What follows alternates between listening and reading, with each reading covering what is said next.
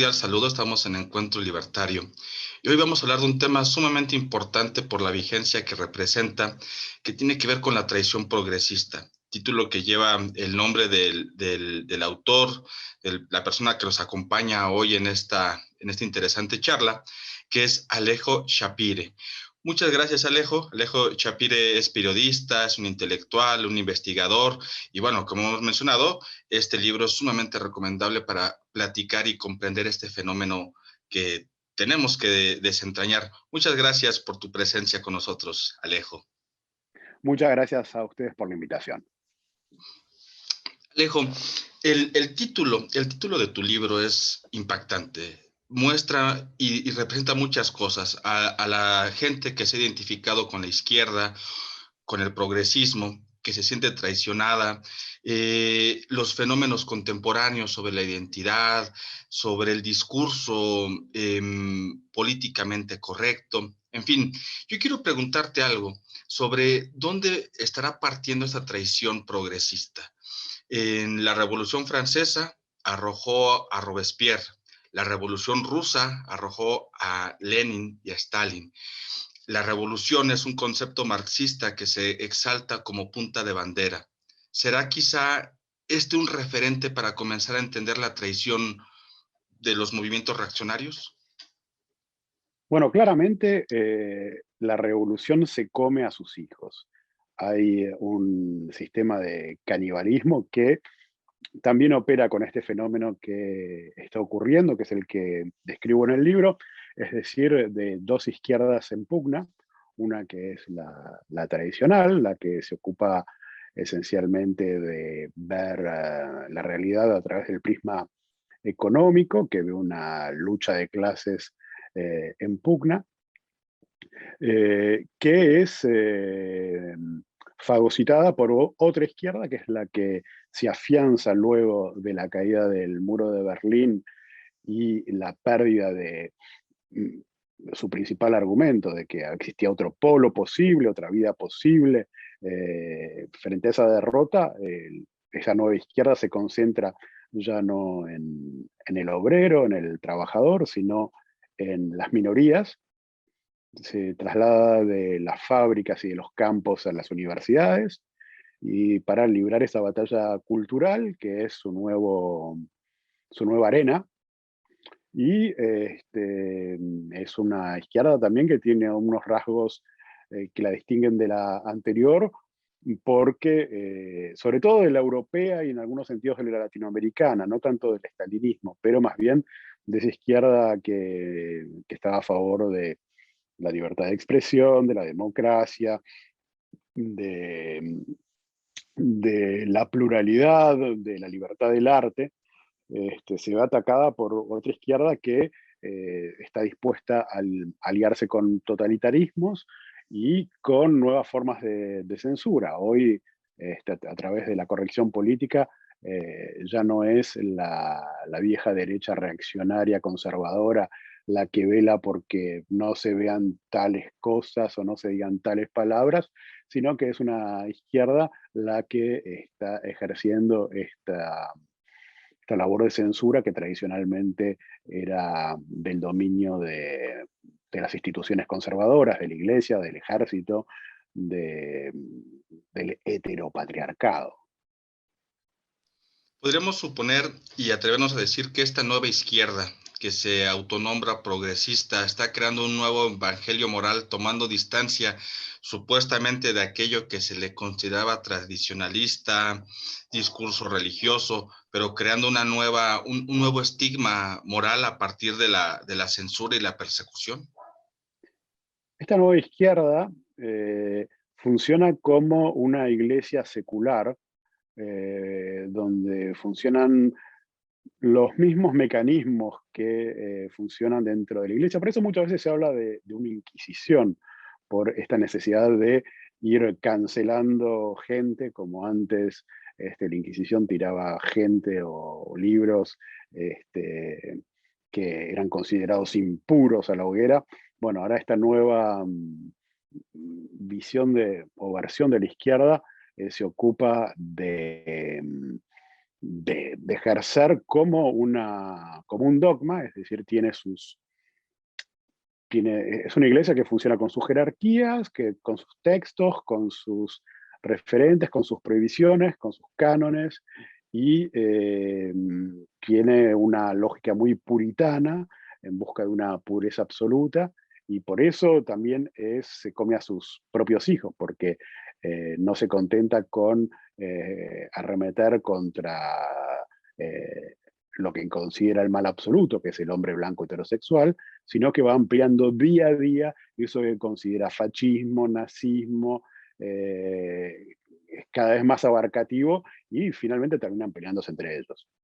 Lo vemos claramente con las luchas entre feministas, trans y LGBT, todo eso, tienen sus propias tribus y cada una excomulga a la otra, y nada, están en esa lógica que tiene mucho más que ver con el universo clerical que con visiones políticas. Justamente en este mismo tenor, Alejo, cuando hablamos que nuestra época contemporánea ha exaltado tanto esta particularidad del individuo, algo que los liberales defendemos totalmente, esta libertad de autodeterminación. ¿Qué pasa cuando hay grupos minoritarios, ahorita que se hablaba de las comunidades LGBT o trans, que quieren imponer un discurso, auspiciados obviamente por un discurso político, una enmienda política, y que terminan traicionando a sus propios cercanos, a sus propios, como comentaste, terminan comiendo a sus propios defensores? Esta es la traición progresista que hoy nos amenaza, una izquierda que simplemente persigue intereses políticos y que usa lo humano, lo sentimental como una plataforma. Hay varias cosas, o sea, el rol de la izquierda es tener una lectura política. Sí hay una novedad en que lo colectivo deja de ser un proyecto de sociedad para dividirse en tribus.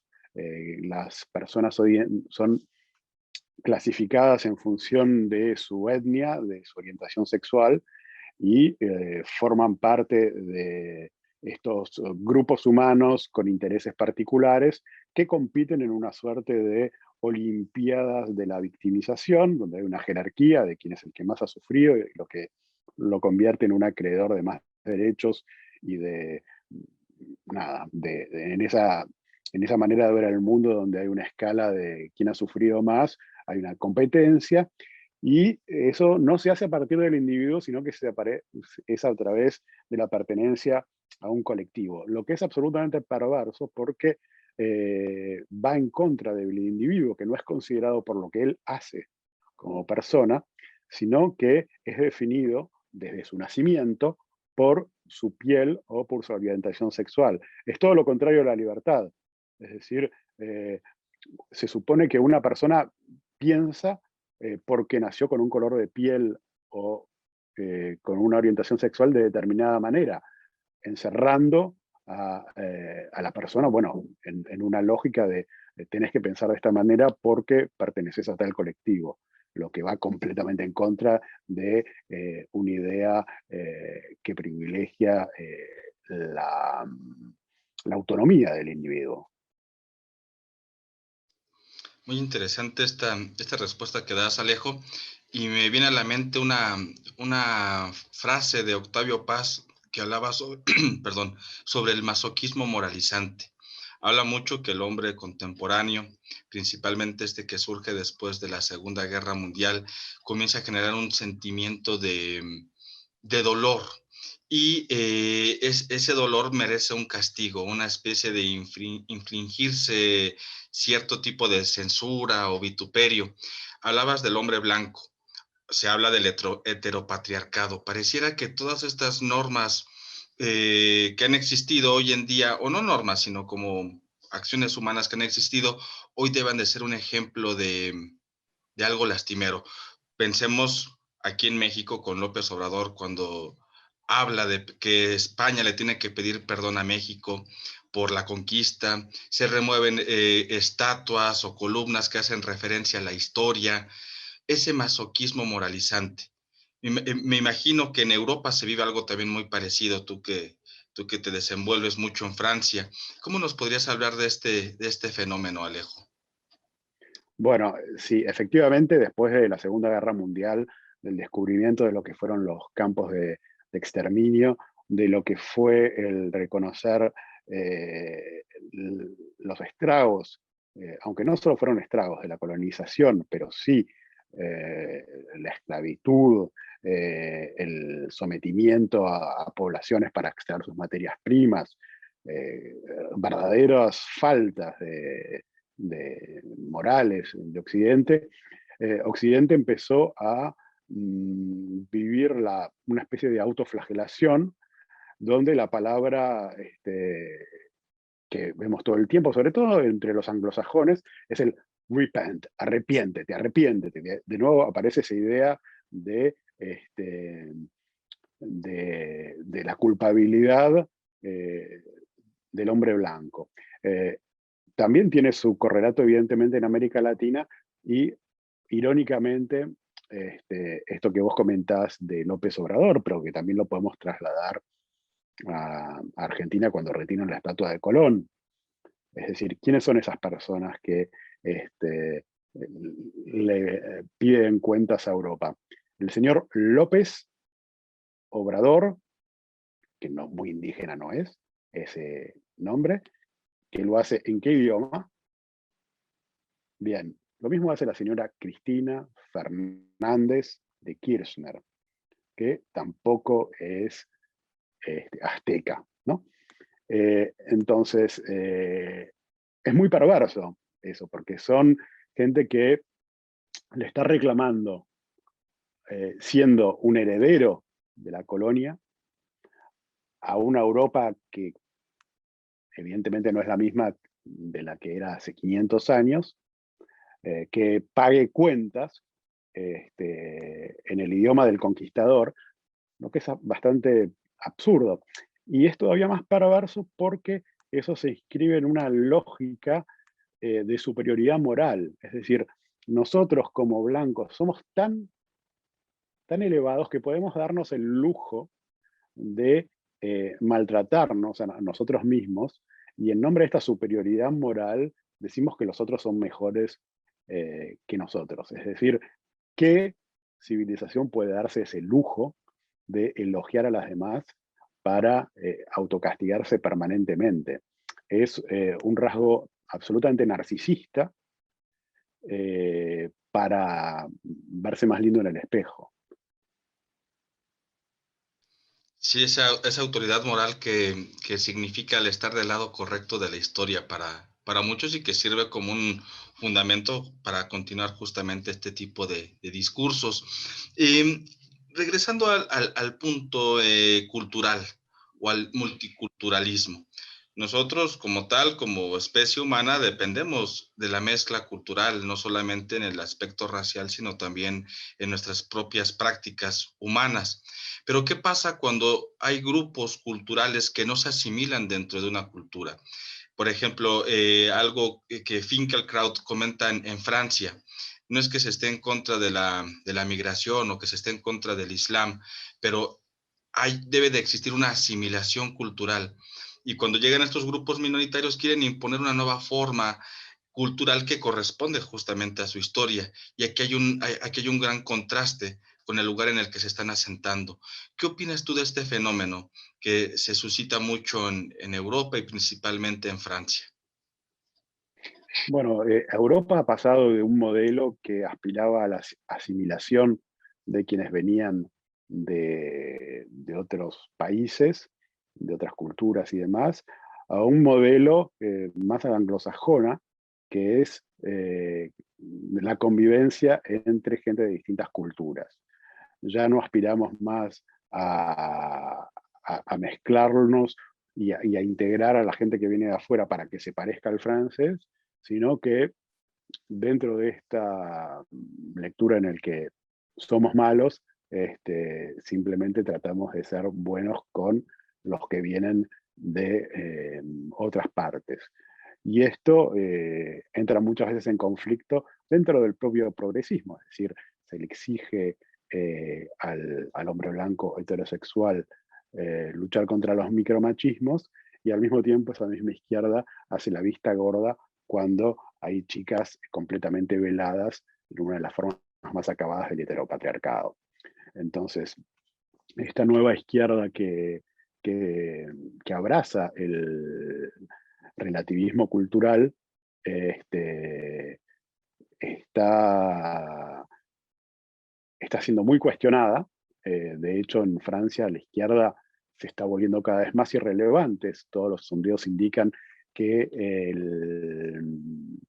que la segunda vuelta de la elección presidencial del año que viene va a ser entre Macron, que está derechizando su discurso, y Marine Le Pen, que expresa la extrema derecha. Entonces, vemos que este discurso buenista de la izquierda y bastante esquizofrénico está completamente divorciado de lo que sienten en general los franceses.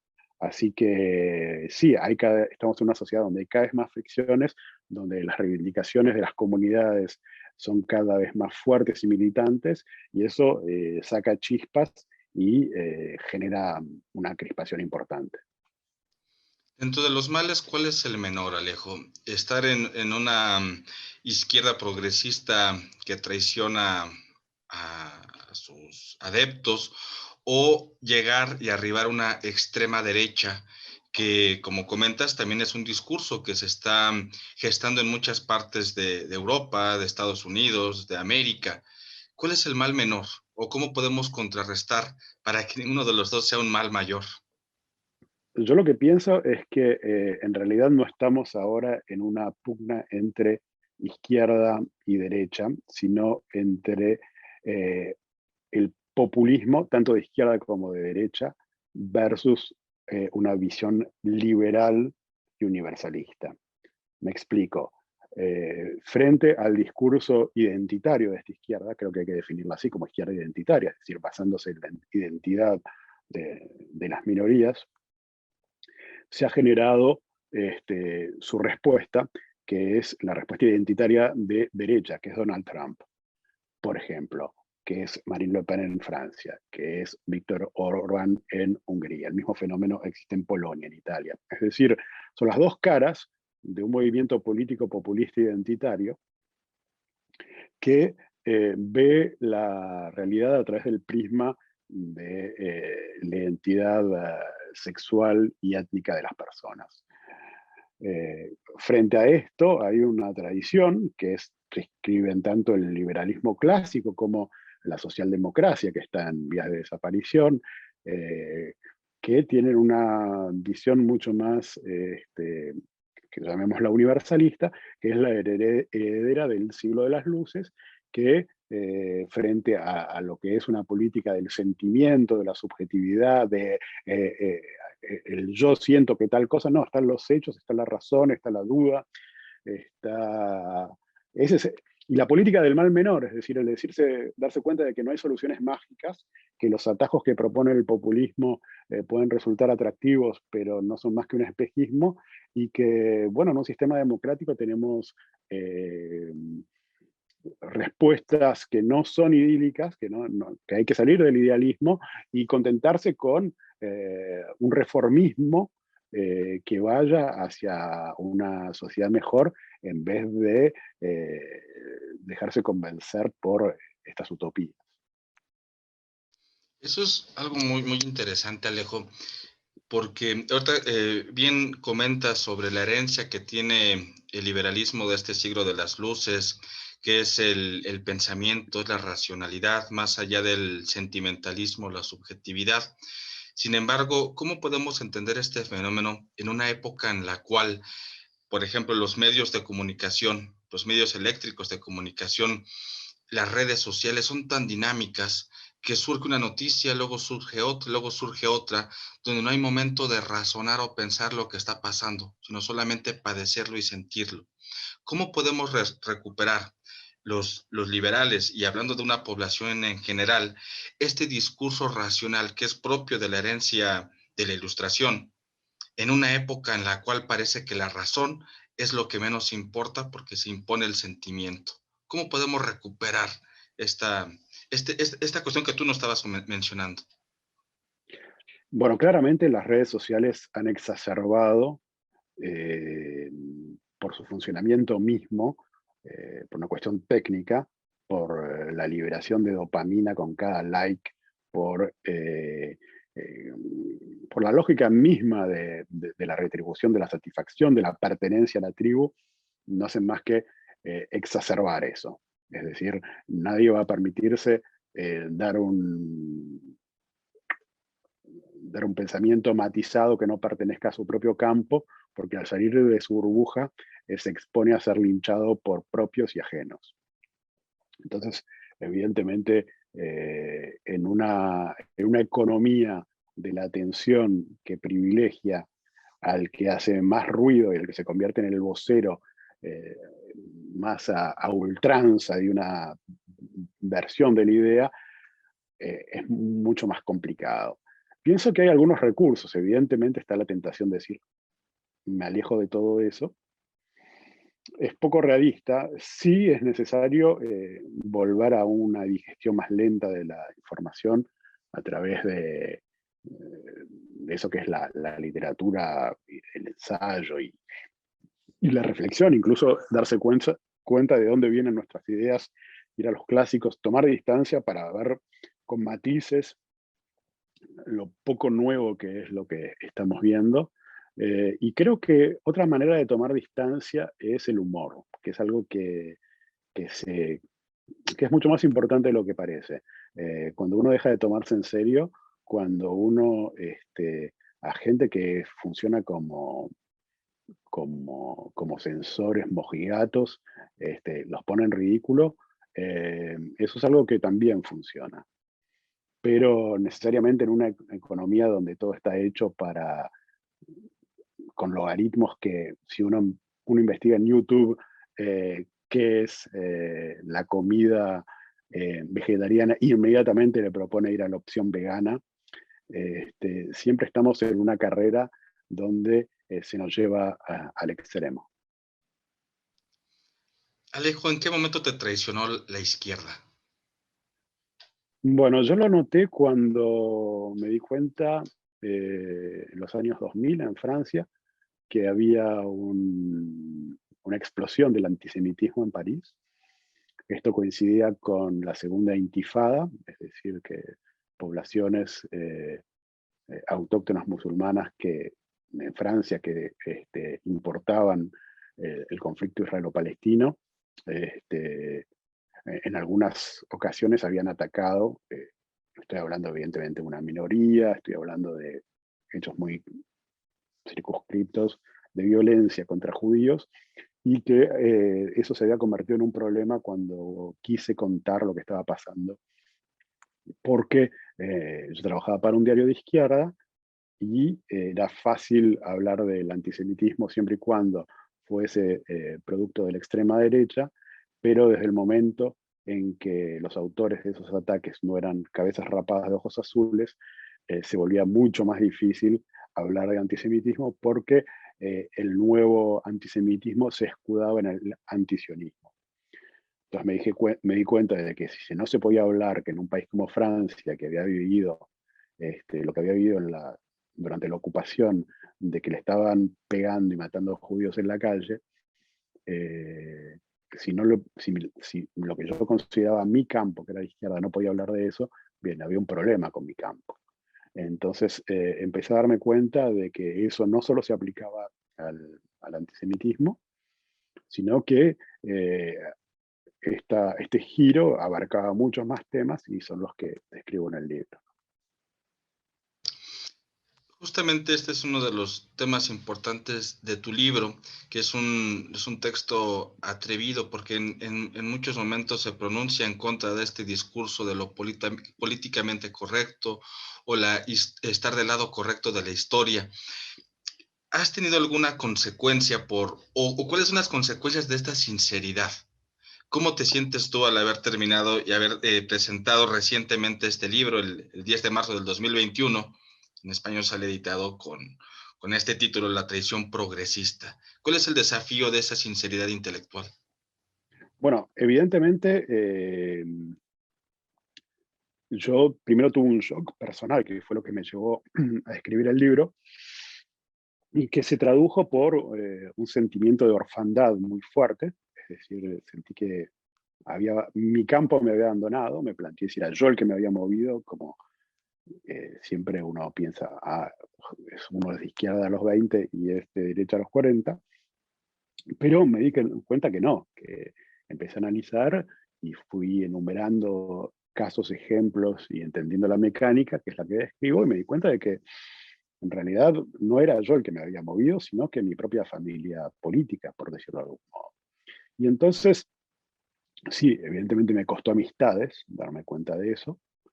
Me costó el peor de los anatemas, ser tratado de derechista, que eso entre la gente de izquierda tipo se terminó la discusión, ahí ya perteneces al campo del mal. Entonces, me costó eso, me costó,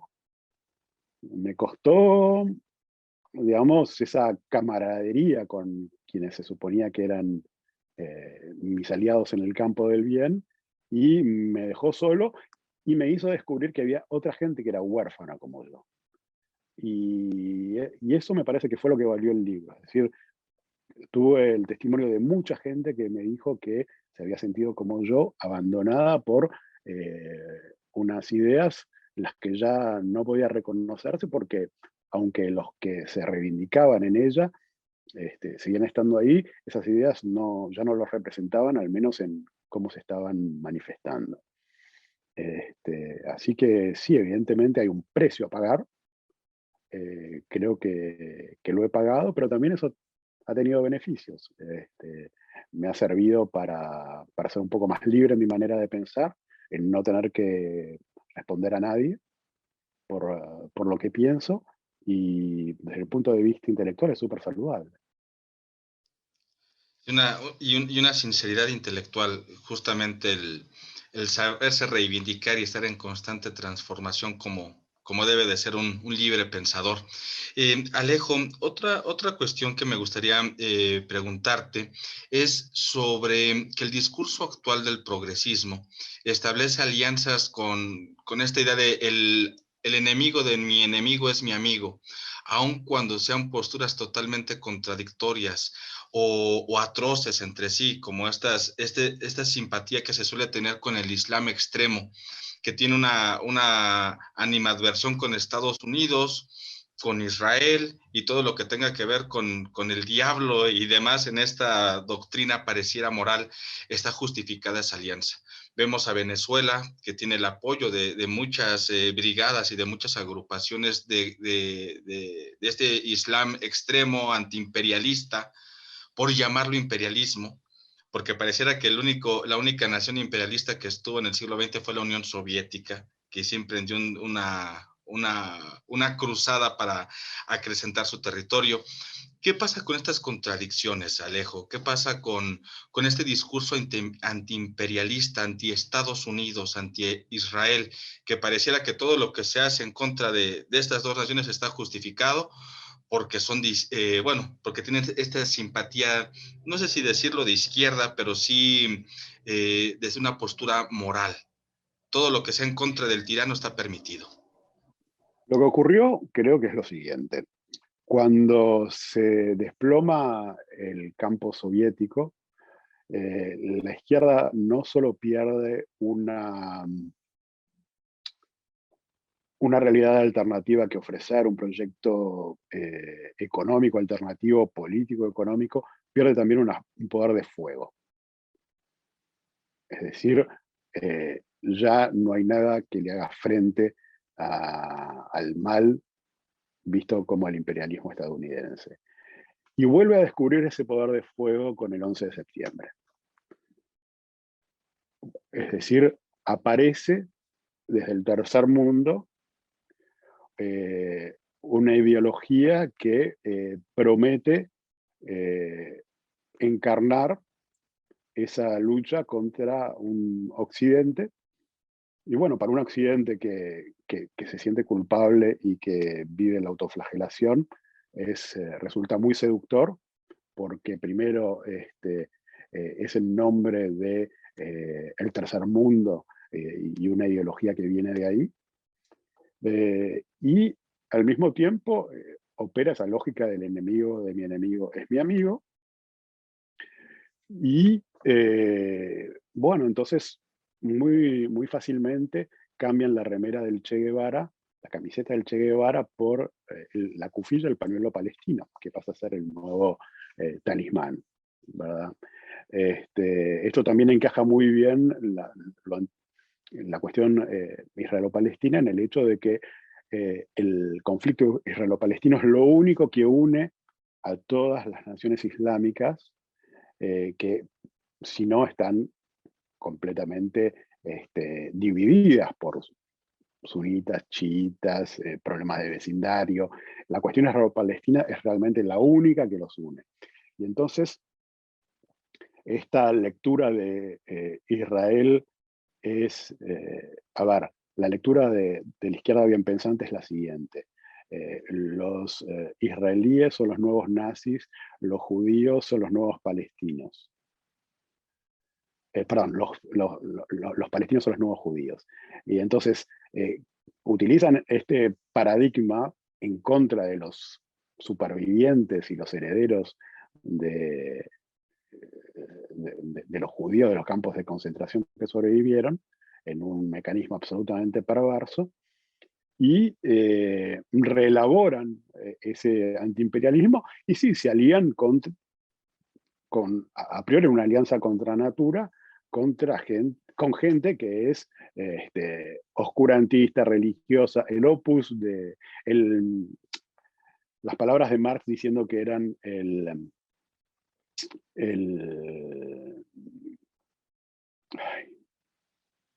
La las religión es palabras el de Marx opio. diciendo que era el opio de los pueblos, desaparece, ya se olvidan de ese aspecto, y bueno, entonces nace una alianza que la vemos en todos los planos, no solo políticos. Sí, efectivamente, con Venezuela está clarísimo, Chávez y el Hezbollah, está clarísimo en las manifestaciones en contra de Israel. Ahora, es muy particular, no simplemente es el Islam, porque eh, ¿acaso has visto vos en México que la izquierda vaya frente a la embajada china a protestar por el millón de uigures que están en campos de reeducación? Ahí no les importan los musulmanes. De hecho, los propios musulmanes no están haciendo en otros países musulmanes manifestaciones por eso. Entonces, ahí en esa selectividad de la indignación, se ve un poco lo curioso de ese mecanismo, que le parece mal el imperialismo cuando es encarnado por Estados Unidos, pero ¿qué hay del imperialismo chino? ¿Qué, qué hay de la Rusia de Putin, que persigue a los homosexuales y no le importa invadir a sus vecinos? Ahí ya no hablamos más ni de imperialismo ni de heteropatriarcado. Entonces, la izquierda parece tener un problema sobre todo con sí misma, es un problema de autoodio, diría yo. Ese es el problema de la izquierda occidental. De autoodio. Muy interesante, Alejo. Eh, Regresando aquí al continente americano y principalmente a Argentina y México. Hace poco tiempo, Nicolás Maduro anuncia en una asamblea pública que América Latina se está uniendo en un nuevo frente progresista. Del lado del sur está Argentina y del lado del norte está México. ¿Qué opinas tú? ¿Sí podemos tomar en serio aquí en la región estas alianzas progresistas? Es decir, ¿tiene futuro el progresismo o solamente es una ideología que se queda en un discurso mitológico para seguir sustentando a pequeños grupos de poder? ¿Tiene un impacto real en el sentido como cuando lo fue la Cuba de Fidel Castro, hoy en día? Yo pienso que estamos ya incluso muy lejos de lo que fue en los años 2000 el ascenso de la izquierda latinoamericana en distintos países, en su versión bolivariana y demás. Primero porque Venezuela se ha convertido en el espantapájaros absoluto. Es decir, es un país con 5 millones de personas que han huido de la miseria y la persecución política de una dictadura que, si permanece ahí, no tiene nada que ver con la elección del pueblo, porque ahí no hay democracia. Este, También acabamos de ver en Ecuador que ese movimiento no está tan claro que vaya girando como pretende Maduro. En cuanto a Cuba, bueno, las elecciones este, no hay.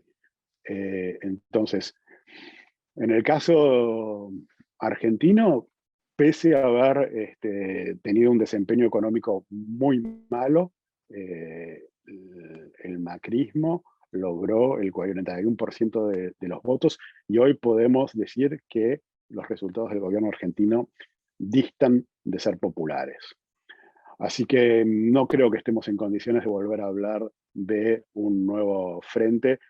Supongo que Maduro debe soñar con él, pero solo existe en su cabeza. Sí, es parecido al fenómeno que nos comentas en Francia, que pareciera que este discurso de izquierda cada vez se va quedando más en el olvido y que ahora lo que parece estar en pugna es este discurso cercano a la derecha y a la extrema derecha. Aquí la pregunta sería, que ya lo habías mencionado anteriormente, pero me gustaría si pudieras profundizar un poco más.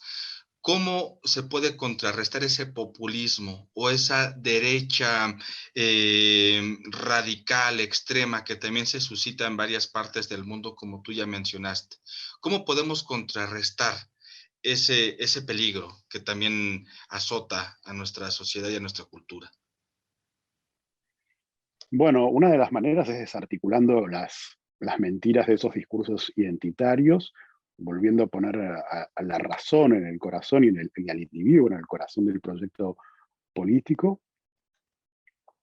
Eh, Creo que estos dos polos identitarios, tanto de derecha como de izquierda, que son populistas y que se necesitan entre ellos. Es decir, Trump necesita Antifa y Antifa necesita a Trump para justificar su existencia. Lo mismo ocurre en otros países. Eh, una versión, hay que crear las condiciones para que haya una verdadera diversidad, porque esa palabra diversidad que ha sido tan bastardeada, se habla de diversidad como si una diversidad de color de piel o de sexualidad fuese suficiente como para que exista una verdadera diversidad. Pero de la diversidad de opiniones, de la diversidad ideológica, no se habla nunca.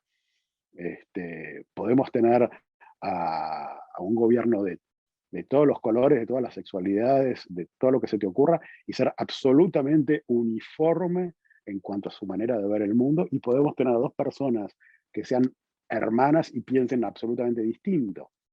Entonces hay que rehabilitar el pensamiento individual, la pluralidad, la moderación, el derecho a no ser utópicos.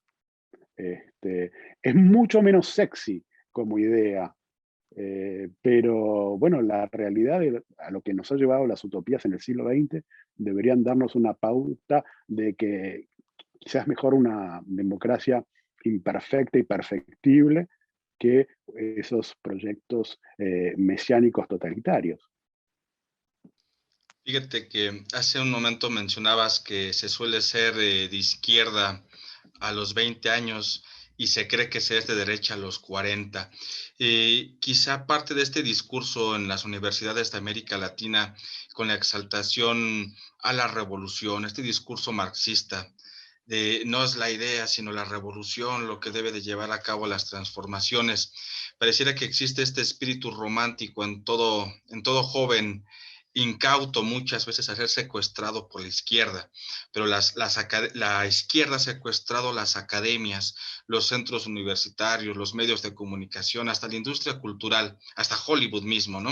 Que está lleno de este discurso políticamente correcto y este discurso que incita a la juventud a identificarse con estos grupos morales o esta ideología moral de la izquierda. ¿Cómo podemos recuperar a los jóvenes dentro de las academias universitarias que tienen esta vena de colocarse la playera o la ramera del Che Guevara y estar tomando camiones o buses para hacer sus manifestaciones? ¿Cómo se puede recuperar a la juventud en un escenario como este que nos estás mencionando, Alejo, y que tu libro justamente también nos puede ayudar a identificar? Bueno, hay intentos por hacerlo. Primero, hablando de los jóvenes, es normal que en el momento de la llegada al mundo, este, después de la adolescencia, cuando uno se desayuna lo que es el mundo, no quiera necesariamente conformarse con él y decir, bueno, me tengo que adaptar y esta cosa horrible que estoy descubriendo, que ya no es mi casa, sino que es el mundo, va a tener que ser mi escenario. Es normal que existe ese apetito. Y justamente la universidad, llamado en Alemania el gimnasio de la mente, solía ser un lugar para poder experimentar ese pensamiento contradictorio, de poder estar frente tanto a especulaciones extremas como a su versión contraria. Lo que ha ocurrido es que cuando la izquierda pierde la batalla ideológica con la caída del muro de Berlín, se traslada completamente al campo cultural. Es decir, que eso que no lograron ni en las fábricas ni en el campo, van a tratar de lograr hacerlo en las universidades ante su nueva clientela electoral, que es las minorías étnicas, el indigenismo en América Latina, la descolonización en Europa, y los beneficiados de las culturas urbanas de las grandes ciudades, que son los principales beneficiarios hoy de la globalización, es decir, aquellos que no solo tienen el bolsillo abultado, sino que quieren estar del lado bueno de la historia. Entonces, es muy importante generar las condiciones para que se pueda debatir, para democratizar esos espacios. Hay que luchar contra la cultura de la cancelación, no hay que dejarse intimidar por ella. Hay que rehabilitar el humor, yo insisto con eso, pienso que el humor es una herramienta súper útil para denunciar a esta gente que por lo general habla con mucha solemnidad, como un cura, porque los púlpitos son los medios, las redes sociales, donde la palabra divina es administrada. Y bueno, por eso al mismo tiempo la rebelión y el discurso transgresor ha cambiado de campo. Ya no está más en la izquierda, sino que está en la derecha. Eso lo entendió perfectamente Donald Trump, que se comportaba como una especie de payaso salvaje, diciendo cosas inapropiadas, como antes en su momento lo hacía la izquierda. Es decir, antes la izquierda podía nada, putear, decir, mostrar obscenidades y demás. Hoy las conductas que generan reprobación pública son hechas por la derecha, y es la izquierda la que se siente como una virgen ultrajada diciendo, ay, no puedes decir eso. Así que bueno, la transgresión es una arma bastante poderosa, y cuando es acompañada del humor y el buen gusto es mucho mejor todavía. ¿Podrías hablarnos un poco más sobre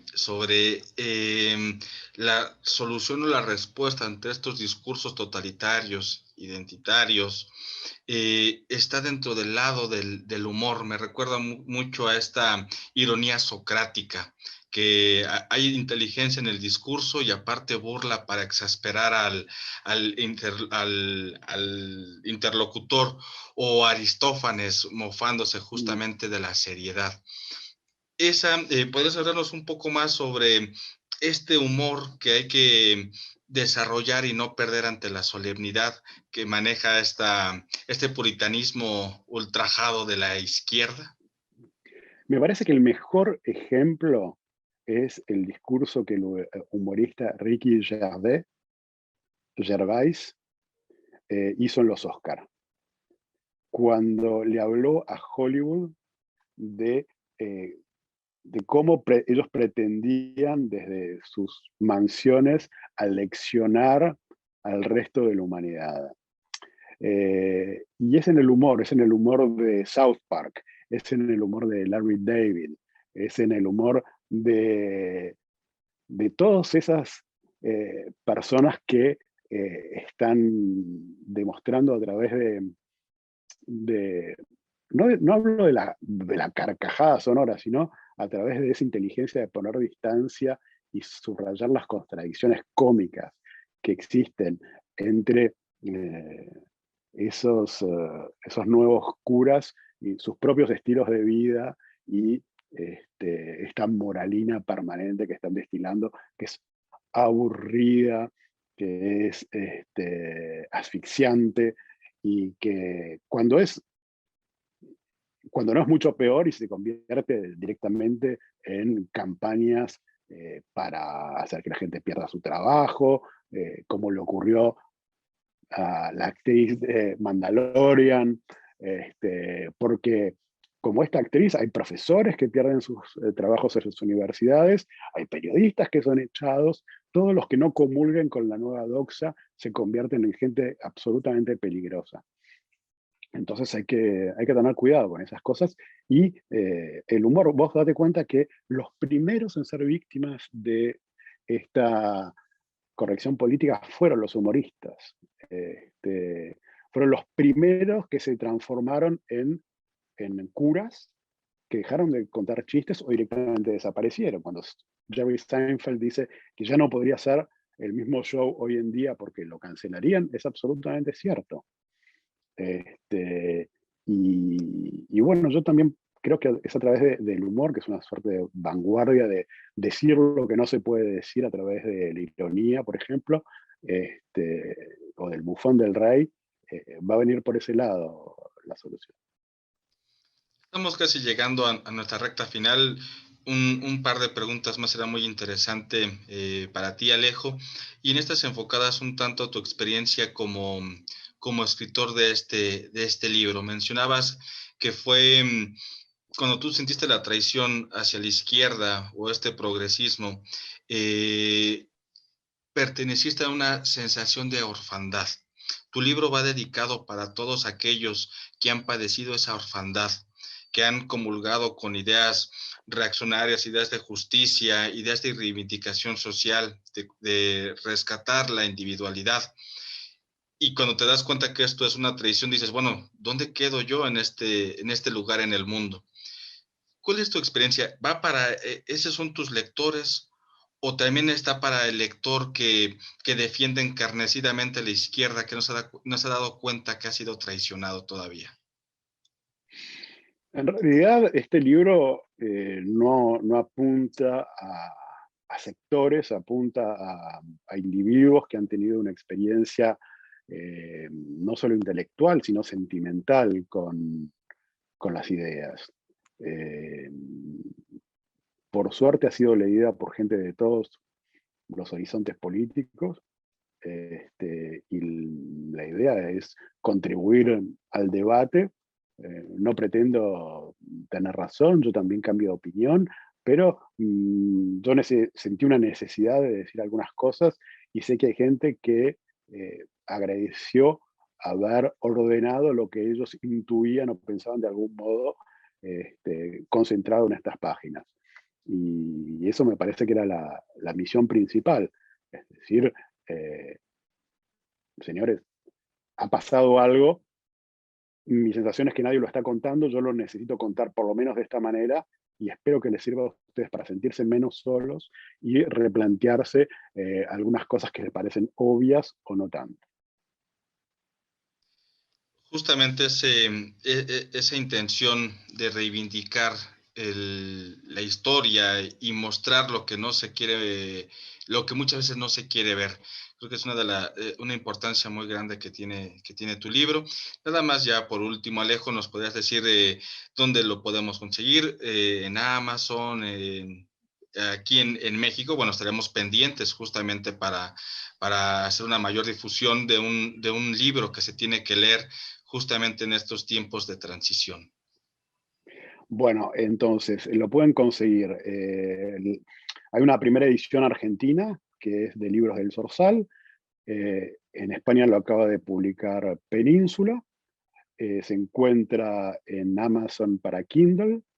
En Bajalibros también se encuentra en una versión digital. Y si no, pirata está ya por ahí. Pero bueno, esto no debería decirlo. Lo importante es que se lea. Lo importante es que se lea. Alejo Shapire, muchas gracias. Ha sido muy rica esta charla que nos has compartido. Te damos el agradecimiento por Encuentro Libertario, México Libertario, de compartirnos este tiempo. Muchas gracias, Alejo. Ha sido un gusto.